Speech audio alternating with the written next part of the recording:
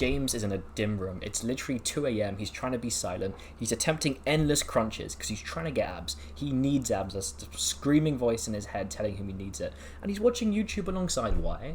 His attention span is so bad he has to watch YouTube on his phone when he's doing anything, even if it's crunches. He cannot have silence for a few seconds. That's how ruined he is. And what else can he hear in his head? He can hear his friends' laughter. He can hear them mimicking. He can hear them mocking him about how he wants abs and how he's going to get shredded, and they don't believe him, and he doesn't believe himself. Now, Anatoly is a strong guy, and he may not always have abs because he understands the importance of bulking and cutting, but when he does have abs, it is insane. And he will train them year round, because even if they're not there, you still got to work on them. You can literally go outside and you'll see Anatoly, if you're lucky enough to have one near you. And he'll be there, holding onto a tree branch, sculpted abs if he's a bit lean. And he's doing flawless gar hammers, one of the most difficult movements for the abs. And he actually understands how to train it, and he won't be doing excessive amounts, and he'll be going to failure. And he won't even need much. It's not daily either. He knows that movements are not daily. 2 a.m. every single day for about a month. I was there in my bedroom, my dimly lit bedroom. I was doing ab workouts. I had an app on my phone, and it was called like Abs in 30 Days, and they had different routines, every single one. And every single day, I was doing it, like really excessive amounts of volume, really bad exercises, just doing it and doing it and doing it and thinking that I'd actually get abs at the end of 30 days because there was this promise. And then 30 days goes by, I'd actually kept it up for this amount of time. Like, that's quite surprising, right? But I'd actually continued doing it. After the 30 days, there were no results. And so, of course, what happens? My motivation plummets. There were no results. And I don't even know why these apps exist. Like, are they there to trick people into thinking, oh, I need the paid version because this one clearly wasn't good enough. I have to buy the paid app now. Like, why is it? What's it actually for? Because I have no idea why these apps exist. Like, do they really make that much on ads? Surely they can't. Maybe it's to try and, like, lead you into a personal trainer or something, but surely it's a bit scummy. I don't know. Anyway, here's a quick actionable step for you. Literally journal and write this down. Do I desire a six-pack for the genuine right reasons, or is it to please others?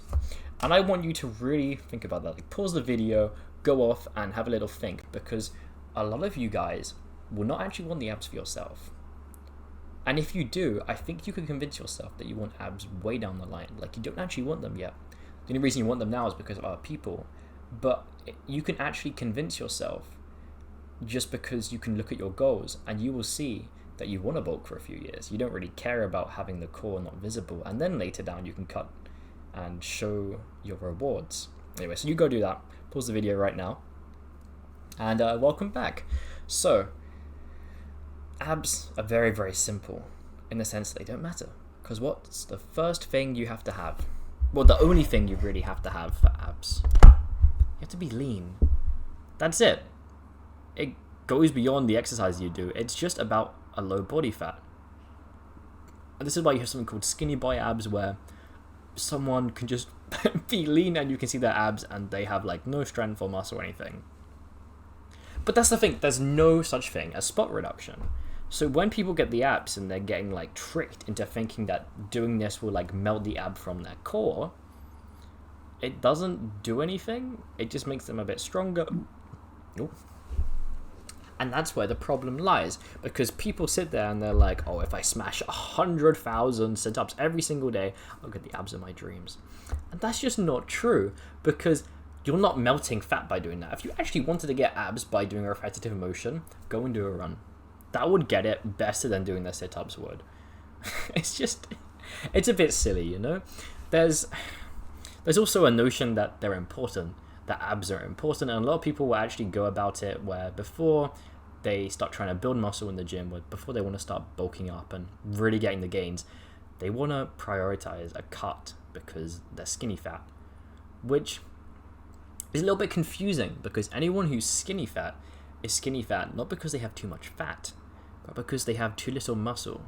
And so if your problem is not having enough of one thing, and then the way you go about handling it is by reducing something you have an okay amount of instead of building the thing you have too little of, then you're prioritizing really, really poorly.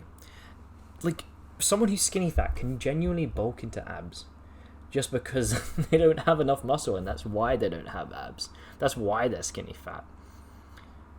And who knows, packing on muscle may actually be the precursor to getting the abs you want, because you don't want to get all the way down there and they're teeny tiny. You know, you actually want it to look somewhat impressive, because when people picture the physique, it normally comes alongside a sort of like swimmer look, and that requires like a decent amount of muscle. Like, you can be really, really skinny of hat. It's just, you got to bulk up, you got to train, and of course alongside that you got to train the abs. You see, there's something called hip flexors, and their job is to bring the leg up. Think about the movements people are doing. Think about sit-ups. Think about leg raises. I will admit, crunches are one of the only ones that doesn't follow this. But you can't really overload crunches in a good way, can you? And so, people doing leg raises, people doing sit-ups, they're training their hip flexors. They're not actually training the abs. The abs do spinal flexion. Leg raises and sit-ups do leg up. They do hip flexion. So you're not actually training it with these movements. You might be getting some sort of like stability training like you would with a plank, but if you want to train a muscle, you put it through its range, you put it under load, and you take it to failure. And there's also this whole idea for some reason where you need these ab circuits, you need these countless amounts of exercises to train in every single different position, and you need so much volume. Huh? Why? It's a muscle. It's just like every other muscle in the body. You need quality reps. You need volume, you need intensity. Training to failure is literally the most vital thing for training any muscle, any skeletal muscle, which means that, you know, you can't get it from like your heart, because training to failure the heart probably be quite bad. But you've got to be aware of one thing when it comes to training to failure on the abs. Don't do it at first. I would say give 2 months where you're coming close, because when I started the training to failure on my abs, I used to get really, really bad ab cramps because I hadn't done it before, and ab cramps aren't good. So there's like a word of warning, although if you want to push through the pain, I guess just do the ab cramp exercise. I don't know. Anyway, ab exercises literally require purposeful training. So if you do some random circuit, some random workout, you're not going to get the sculpted look. You have to approach your workout with intent, and you have to have a solid strategy. So something like progressive overload being present, which is never present in a lot of these exercises you'll see, is necessary. Something like spinal flexion is necessary. And there's also this thing where people believe they can target the lower or the upper abs for exercises. But the thing is, you may be able to like emphasize a certain region, but it's very minimal, right? Because the entire ab is contracting during these exercises. So the only way you can really bias certain things is by kind of bringing the legs up. Like, okay, so imagine lower abs are bringing your spine up from the bottom, and upper abs are bringing it up, bringing it down from the top. So something like a cable crunch would be good for upper, something like a gar hammer would be good for lower. That's the only real way you can slightly bias a region. Now here is your full plan of action for building up those abs, and I picked up a pen because it makes me look smart. So step 1 is understand the purpose behind the abs. Literally delve deep. If you don't believe me, go on to looking at the function and anatomy of the abs, the actual rectus femoris, the thing that's going to give you that 8-pack, that 6-pack. Understand that the function is spinal flexion. Yes, the ab tends to work along with the entire core, which is a lot of muscles, to stabilize, but that doesn't mean you're going to build good abs from stabilization. And it also doesn't mean you should do things like Russian twists for the obliques and other things, because that can create a stockier waist, and some people won't want that. So focus on rectus femoris exercises, spinal flexion. Also, alongside this, attached to the actionable step I gave you earlier, understand the actual true reason you want the 6-pack, because if you can find something definitive to you, which isn't just outside attention or whatever, and you can create like a really actionable reason behind it. So it's like, when I was younger, this happened, and it inspired me to become this because I want to be strong. And for me, abs are a sign of strength. Like, if you can have something really emotional and pure and raw, and you can have that as something you look at, that will be good motivation to go hard on these ab sets. But it would also be probably more motivating to even bulk, knowing that your abs are gonna be better when you cut down, just because the like ridge, like the mountain, like ridges, that sort of thing. Now, step 2 is diet comes first. When you do end up pushing towards those abs, when you do end up cutting down, abs are chiseled in the kitchen. This is what everyone says. They're revealed in the kitchen, made in the gym. So you gotta focus on nutrient-rich foods. You gotta shred fat, and you gotta do an aggressive deficit. I'd recommend. I actually made a video on this yesterday, and you can click it. For once, I've actually put one of those things at the top right where you can click it. I'd highly recommend that, because that is going to be one of the best ways to sustainably and effectively cut down. So step 3 is super important because it comes to actually training the abs. So you've got to incorporate ab exercises that work for spinal flexion. So I'd recommend hanging leg raises only if you're actually moving the spine. And most people don't do that. So the way I'd like you to perform it is do the progression properly. You start with the lying leg raise, where you're on the floor and you're bringing your legs up, and you're making sure that your spine is going alongside it. And then you move to using the captain's chair, which is the kind of thing where you put your arms on like that. Sometimes they have it attached to a pull-up machine, and you gotta do that in the same way. You're using your spine, you're getting the legs kind of coming up whilst they're also going up. You're making sure spinal flexion occurs, and then you can do the hanging ones. And you can make things difficulter as you go along. Remember, something that messes with stability doesn't let you train the abs further. It just makes it harder to train. So I wouldn't do that sort of thing. But there are ways you can do, like all the way going up. You can incorporate things like that. And eventually, if it gets too much, maybe you can do something with adding weight to your feet, like a dumbbell between the legs. If you have to, you probably won't get there realistically, especially if you're bulking, because you're going to have more weight to control. And make sure this form is good, by the way. The eccentric has to be controlled. That's probably the hardest thing in any ab movement, controlling the eccentric. The next exercise I would recommend are gull hammers. I personally love gull hammers. They're probably the perfect ab exercise, because everything the leg raise does bad, the gull hammer does right in the same way the leg raise works. And this is super, super simple. You get a declined bench. You kind of lock in where your feet usually go at the top, and then you do spinal flexion with your legs. And this is hard. This puts me on my back. Like, this is a very, very difficult movement. Much more difficult than leg raises.